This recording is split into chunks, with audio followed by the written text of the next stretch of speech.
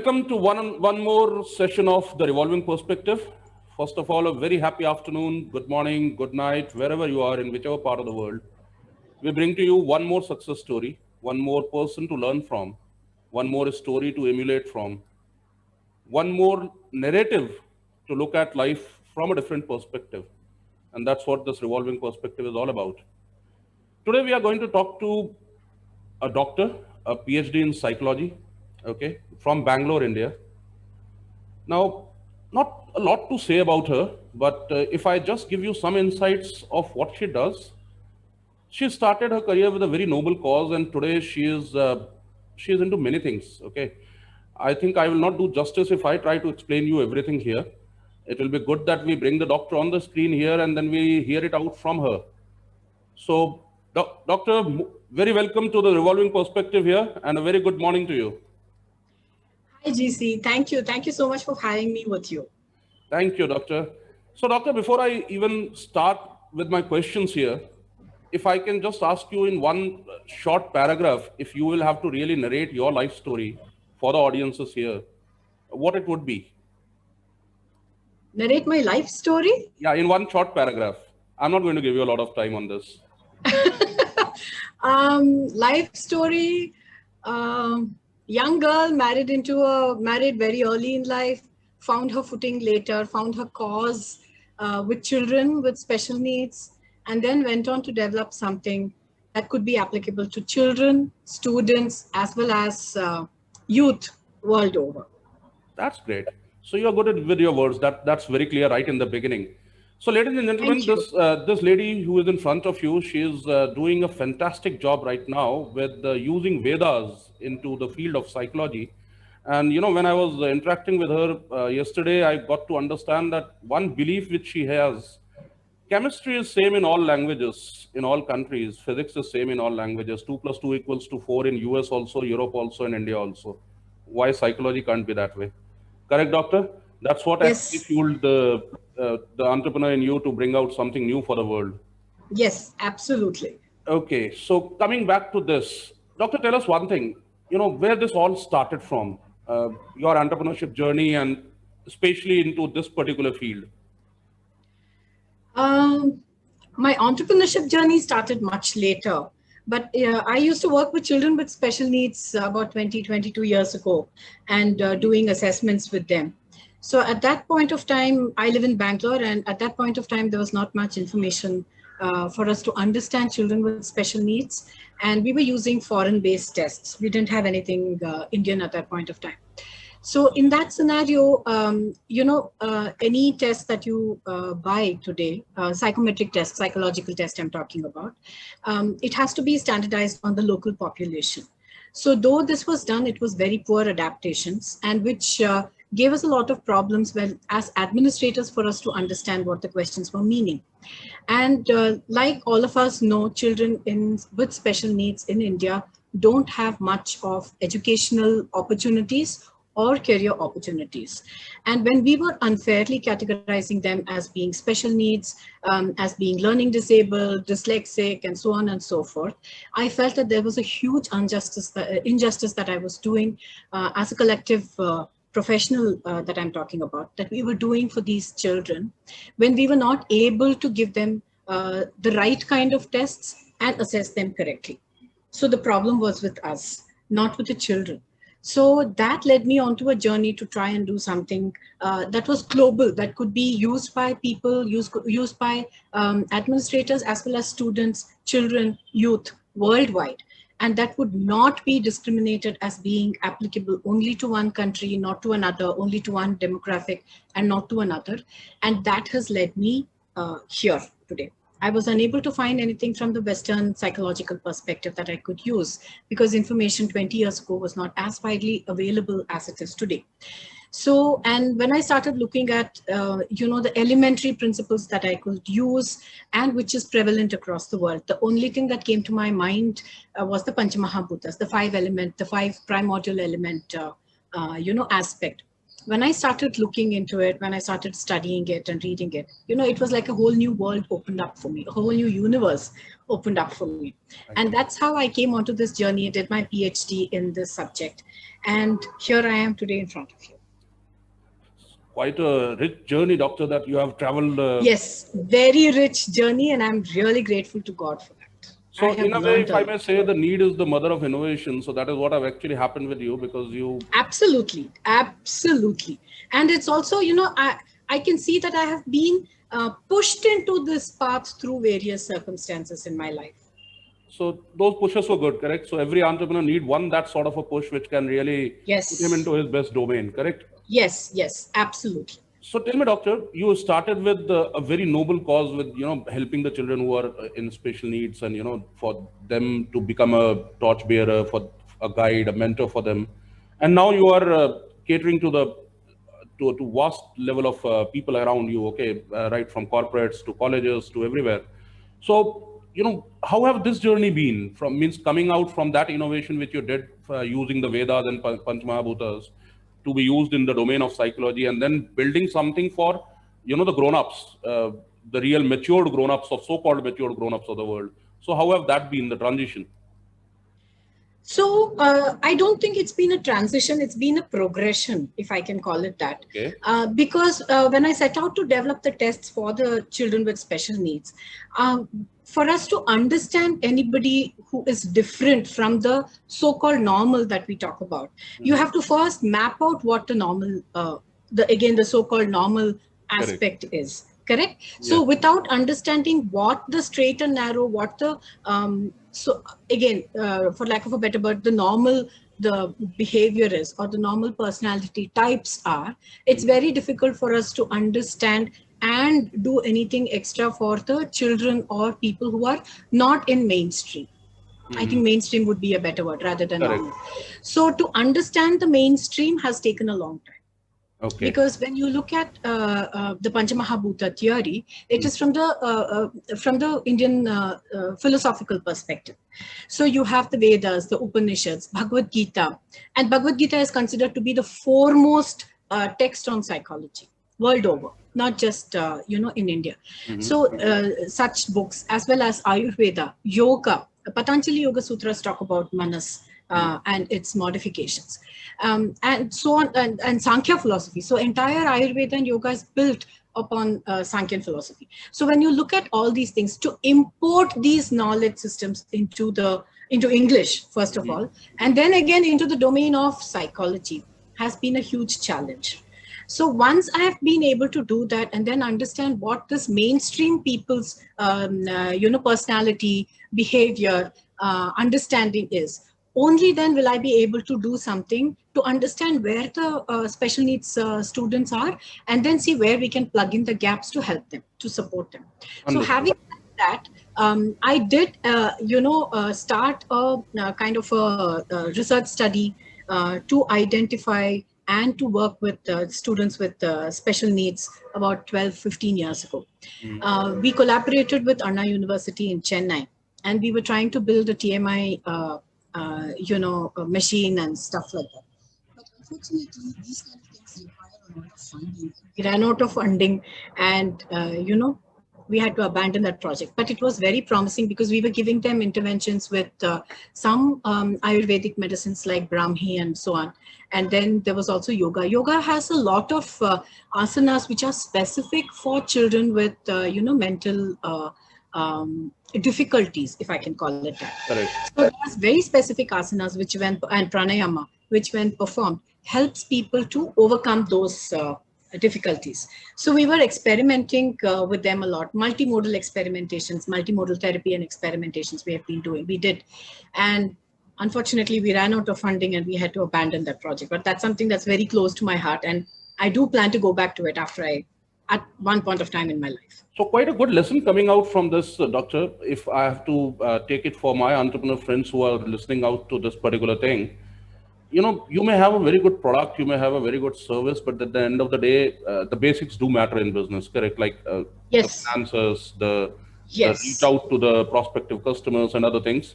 So if I may ask you, Doctor, having understood where you started from and how you progressed to this particular stage now. If I may really ask you for a ease of understanding for our audiences, what can they expect from you, and which segment of the society can expect what from you as your services? So can you please take Yes. us through that? Yes. So what we are today doing is that we do psychometric personality assessment of people from Mhm. the Vedic perspective. And through that, we work with two very broad segments. One is for students, we do career and vocational guiding only for the high school and 11th and 12th standards. We Okay. don't work with students below that. So this is very specific only for career guidance. And the second area is where we are working with HR departments of companies. We are working with HR professionals, recruitment consultants, and that group of people, as well as trainers. So that we can identify the right person when they are being hired, so that the That's great. company doesn't make a mistake in the kind of person that they are going to bring into the company. Because like you very well know, one bad hire can cost a company 20 lakhs of rupees per year. I agree with you, doctor. Correct? That's a And minimum. yeah, that's a minimum, absolutely. And Yeah, more than that, I think there are other impacts as well. You know, the morale of the team, the exactly. work culture, the Yeah. atmosphere, everything goes for a toss. Toss. Yeah, I think this is absolutely. a unique thing, doctor, because having been into the corporate life, I have also seen many such psychological tests, but never have been able to really see something which relates back to our ancient times and then the basics of this universe. So Yes. how is the companies perceiving it when you approach out to them, or how is that particular education of the officials out there in terms of switching from the Western methodology to this homegrown methodology, or rather more scientific methodology, rather I must say. Yeah. So there are two aspects over here. One is that we assess people on the physical, physiological, the psychological, as well as the ethical aspects, ethical and value-based aspects of behavior. Hmm. So we do a kind of a triangulation analysis, and we give a very, very specific and a very pinpointed understanding of the personality Hmm. of the person, sorry, which is very accurate and very in depth. Okay. So when I approach companies with this mechanism, one is they find it very fascinating that somebody can do this, because Hmm. no other psychometric test is able to assess people on the physical, physiological aspect. Correct. So in that manner, we are very different. And the second aspect that they find fascinating is that somebody is able to translate the concepts of the ancient Indian scriptures and Absolutely. use it, bring it into everyday parlance. So that is something they find quite interesting. Having said that, there's also a lot of resistance among people who follow the West. Agree. If That's you look, exactly where I was coming from. yes, there is a lot of resistance there. Hmm. But when I'm working with people who are, proud of their Indian culture and tradition, Hmm. and who want to see, especially with the latest Atmanirbhar Bharat and, Indian nationalism that is coming up today, people who are in favor of that, who believe in the Indian tradition and values, Hmm. they love it. And Okay. once they test, once they use our test and see the results for themselves, then they don't go back to the Western models. Okay, tell me, doctor, I heard somewhere, maybe from you only, one of your tests are being used in US to find out economic offenders, correct? Yes, Now, that's something which sounds so fascinating. You get to know in advance as to this guy is gonna goof up the thing, so let's better get rid of him yes, and all. Okay. So how did this yes. come up? Yes, so I have a lot of inclination towards academia, and Mhm. I have published many papers, both in national and international peer-reviewed scientific journals, about my work and how we do the standardization procedures and so on and so forth.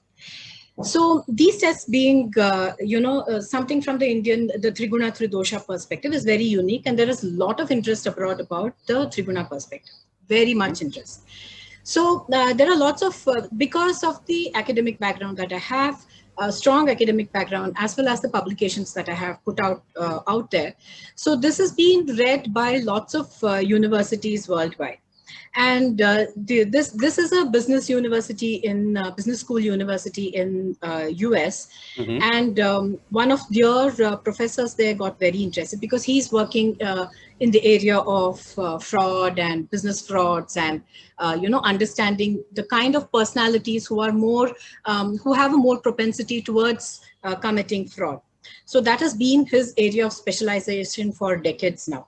Okay. So he approached me and he wanted to use the test, and that's how I collaborated with him. Not exactly collaborated. I gave him my test for him to use it with his population, and he has used it successfully, brought out papers about it, which has been very well accepted also.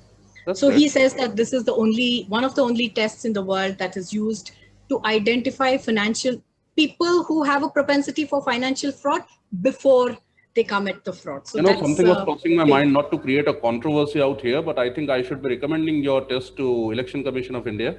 So that way, nobody is going to take it up. Believe me, nobody is going to take it up. But that will help, isn't it? No, GC. But in India, we have a lot of Gora Chitta fascination. So we are not going to use anything done by Indians. If somebody in the West comes and says this is fantastic, I'm using it, only then Indians will use it. So that's been a big drawback. We'll ask that US professor to recommend it to the Election Commission of India. So Election Commission, I doubt it. They're not going to take it up. So let's just forget about it. No, I was just trying to joke around, not to create a controversy. I know. Coming back again to the topic, what you are trying to. So, okay, if I may really try to travel along with you to the borders of the canvas that you are trying to paint across now. So, on one side, we have corporates sitting here to whom you are helping in terms of, identifying the correct hire and others. On the other side of the canvas is the students out there, especially for the high school and the 11th, 12th students for whom career counseling and guidance could be one thing that you are helping them out. Obviously, the other two sides which are left of the canvas, I'm pretty hopeful that you must have covered them also. So there must be something out there as well. So can you take us through those two sides which I have not been able to explore till now? Which two sides? Okay, I have covered corporates. I have covered the students part of it. Okay, you must be doing something for the society as well. I'm pretty much sure on that. Okay, with your knowledge and the depth of knowledge that you have, are you contributing in any way back into the society in terms of helping? One is you are already helping the special needs children, correct? That is anyway. Yes. So that is one more side of it. Is there any such thing which I have missed out of while explaining what you currently do, or this is all it is? No. So the other aspect that I am very passionate about, I was trying to get that out actually. Is trying to bring in awareness about Prakriti-based yoga amongst both practitioners as well as teachers. Spot on, doctor. So, sorry. Spot on, I say. Spot on. I could get this out. Yeah. So I have been working with, yoga professionals, and since the tests are established from the Panchmahabhuta, the Tridosha and the Triguna perspective, it's also being used for research in Germany by an alternative and integrative medicine university. Okay. Since there are no such highly developed and standardized psychometric tests that assess Prakriti, Prakriti is essentially your physical and psychological as well as spiritual well-being, according to Ayurvedic and yoga tenets. So that's been another drawback, that India has not been able to contribute a diagnostic kind of an analysis for Ayurvedic and yogic perspectives. So since we are very uniquely placed in that area as well, very strongly and uniquely placed, our tests are being used by doctors, medical doctors, integrative medicine specialists, and yoga therapists to identify the Prakriti of the person before they start doing yoga and pranayama. Because I could give you plenty of examples, but I don't want to bore you to death. So we are trying to get into that area also, because there's lots of injuries that people are facing, and they're giving up yoga because they feel that, I did yoga and I got injured, I injured myself. So yoga is not good for me, yoga is bad, and so on and so forth. What they don't realize is that their unique Prakriti requires certain things and does not require certain things for them to. Yeah. So I'm trying to put this over there to help people get better health. Okay, doctor. So let's do one thing. I was talking till now to Dr. Shilpa Datar, the PhD of psychology. And now let me talk to the Dr. Shilpa Datar as an entrepreneur, as a woman entrepreneur here. So let me take you to that domain now. And that that is where I'll be feeling more comfortable dealing with you, because I can then ask you some questions which I can relate to. Okay. Sure. Tell me, doctor, in your entrepreneurship journey, if I have to ask you, what is the one biggest challenge that you faced? One biggest challenge, one is time. Okay. Okay. And I think being a woman itself has been a challenge for me, because lots of people feel that, it's a woman, so why simply bother? They're anyway going to go back and then look after the house, and they're not serious about a career. Okay, doctor, I'll interrupt you here. Don't you think this diversity need to go now? The world have progressed far beyond It that. has to go, but has it gone? Okay, not dwelling a lot onto this, but then I somehow start feeling now कि the more and more the technology is coming into the world, and the more and more the world is progressing towards a new era, I think there is not a place for this diversity anymore. Okay. No, I agree with you totally on that, but I need to convince that to a man, not another woman. Okay, so you will find many like me who are a spokesperson for this. So Yes, I the hope thing will so. the thing will happen. Definitely. That's for sure. No, I think the scene has changed from about 12 years ago when I started as an entrepreneur to now. Okay. Certainly, the situation has changed quite a bit, but still I can see pockets of that resistance when they don't want to interact with a woman. They don't want to take commands from a woman. Understood. They don't want to accept that a woman can be right. So that patriarchal mindset is very difficult to break. Okay, so that brings me to the next question here, doctor. For all the women entrepreneurs who are hearing it out, and for all the budding women entrepreneurs who are looking out to get into the entrepreneurship journey now, what is that one message that you would love to give it to them in terms of, how they should really approach the world? Dream big and go out and do it. Wow. That's the message. So dreams That with is the open message. eyes? Dreams with the Huh? open eyes? Yes, absolutely. Dream with open eyes. Dreams with your eyes wide open. And then just go out and do it. Absolutely. And Yeah. on your journey, you will really find some good people to, take you through. That will Absolutely. obviously Because happen. the other thing that I've also noticed is that if the intention is good, and if the Mhm. intention is really strong, you will find a way. And you will find people who will help you find a way. And that's been my Absolutely. experience. Correct. Okay, doctor, one more thing. Taking this forward a bit more, if I may ask you, what is today, as on today, what is that something which, if you have the powers to change, you would love to change it right there on the spot in your domain, or in the domain that you operate in the world? Is there something that you feel like this should change now, and I'm going to change it if I'm ever allowed to do that? What that would be? Accepting Indians. Okay. Do you really I feel think that's a challenge? that's a challenge. Okay. Accepting Indian knowledge is a challenge in India. Mm-hmm. In India or I think abroad it is good, In correct? India, not abroad. Abroad, Yeah. they accept it. In India, accepting Indians that you can provide world-class, service and world-class products is such a drawback. They won't accept it So at all. we seem to be as citizens of this country, we seem to be at times mesmerized or overwhelmed by what is coming from the West or from the Far East and all that, and Yes. somehow we tend to ignore what is happening in No, our. not even the Far East. Not even the Far East. I think it's only the West that we are totally in awe of. Okay, that's Yeah. quite a statement to make actually, because I don't think it will be that easy to change immediately happening. But That okay, is true. tell me one more thing. Coming out of the entrepreneurship hat also, now as a human being, do you think this particular scenario is changing in the last 10 years or so? Not to the extent that I would like it to change. Okay, but the start is there. Is that The visible? start is there. Definitely the start is there. I think it got accelerated last year, if I may say so.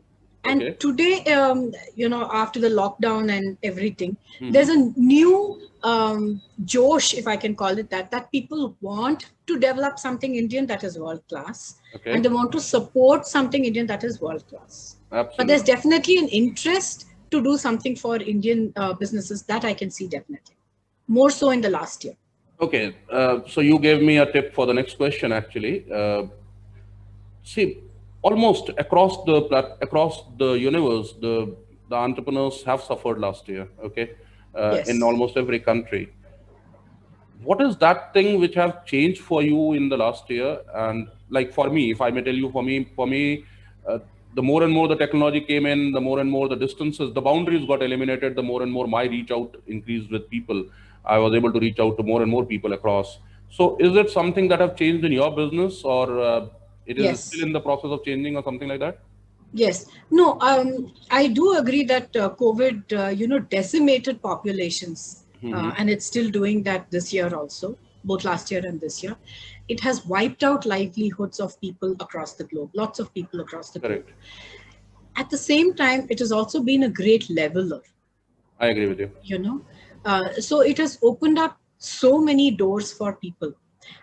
Especially for myself, I used to find it very difficult to go for meetings, outside of my city and stuff like that. Hmm. But today, easily I can sit at home with a Zoom call like this. I can interact with people across the world, and Correct. that is something that really the world needed. So that's what I say. The blessing in disguise have been for the Absolutely, mankind, because yeah, boundaries yeah, no longer and exist now in mind. Actually, correct. And earlier, people were not ready to do business with you unless. I'm sorry, did I cut you? no, no, no, no. Please go ahead. Okay. Earlier, people were not ready to do business unless you went and met them in Correct. person. Physical presence. That first meeting, second meeting, third meeting, and so on and so forth. Now, nobody wants to meet anybody in person because of this COVID tamasha that's happening. So they're just saying, okay, Zoom is fine, Google Meet is fine. Let's just do an online, discussion, and then we're closing deals. So So, that's really fantastic. so tell me one more thing, doctor. Here, still there is a quite a large amount of population of entrepreneurs, especially who are still not trying to imbibe this technological change into their lives. Okay, they are still finding it difficult. Either they are finding it difficult, or they are not ready for this change. They still want to go back to it. Any message from you for them? Yes, yes, definitely. There is something known as Darwinian theory. It is Hmm. called survival of the fittest. Correct. So if you're not ready to adapt and change, you will just be left behind by nature. That's all. You will become a dinosaur. Do you want to be a dinosaur, or do you want to be like like a cockroach, if I may call it that? Yeah, I Because the can cockroach understand. is the only thing that has evolved and evolved and evolved across billions of years, and it's still alive today. I How do. much ever we want to, we cannot eliminate it. Yeah, we can't. And they Yeah, keep horrifying us also. yeah, horrifying. Yeah, Okay. really. Tell me about it. Yeah. Yeah. Okay, doctor, ready for a rapid fire? Let's play a small rapid fire with you, okay? Sure. Okay, I don't expect long answers from you here. I expect only a couple of words to support every question, okay? Yeah. If you are being given a power to go back in time and change one thing, what that would be in your business career, huh? In your I business. think I would have got a business, business school education and then started business. Absolutely. A one-liner message to somebody very close to you who is now willing to enter into entrepreneurship. Get some knowledge about how to strategize and work, and then get into it. Absolutely. Doctor, one dream place where you would love to be, taking your products and services. Place in the sense it could be a institution, it could be something. Where would you like to go? Where would I like to? Take your I didn't get services. the. Okay, take your services. One such dream location or dream institution where you really want your services to be used. I think the Indian school education as well as the Yoga Alliance worldwide. That's great. One biggest challenge that you faced on one particular day into your life and in your business life, especially, and you felt that everything is gone now. Have there been a day like this? Yeah, absolutely. Have the sometimes half the month is like that, but then the next day I wake up and I am dead if I'm not doing what I'm doing. I What get gives you into that kick? depression. So What gives you that kick to get up every morning and then start with the same energy again, serving the society? I don't know. I think the Panchmahabhutas really draw me. Okay. One biggest learning of your life. We are all here for a reason. And unless we are able to accomplish that, I think it's a wasted life. One biggest message that you would like to give to the entrepreneurs who are already here and who are struggling because of COVID and whatever happened last year, for them to get themselves up and move forward? See how you can pivot, see how you can change certain dynamics for you to be able to survive. Last question, doctor. One high day for you, which you felt was the best day in the life. in the business perspective? I was invited to London, to present my work to Mrs. Sherry Blair and Bank of America Merrill Lynch. And, I gave a talk along with her on the same platform to the entire audience over there. Wow. And there was a state dinner that I attended along with her. And that was the biggest high point of my life. So I'm sitting with a super decorated career woman, isn't it? No, not super decorated. I'm sorry. No, not at all. I've barely begun. That's the humbleness that is always being seen in people who have already reached the heights of their success, correct? I've definitely not reached any heights. One last question, Doctor, before I wrap it up. Especially in your entrepreneurship journey, what is that you would love to achieve maybe 10 years down the line, or before your fingers stop clicking the keyboard? What is that one thing that you would love to achieve? Swayam to be on the back of the mind of every individual on the planet. Wow. That's something. In one way or the other. Superb goal for yourself. Doctor, It has been nice talking to you. I think I can go on and on talking to you like this, but then obviously time would be a limitation for us. I'm fortunate that I can always reach out to you and talk to you again. Maybe we can schedule some other second part of this interview later sometime. But for now, this has been a real fun and real joy for me to interact with you.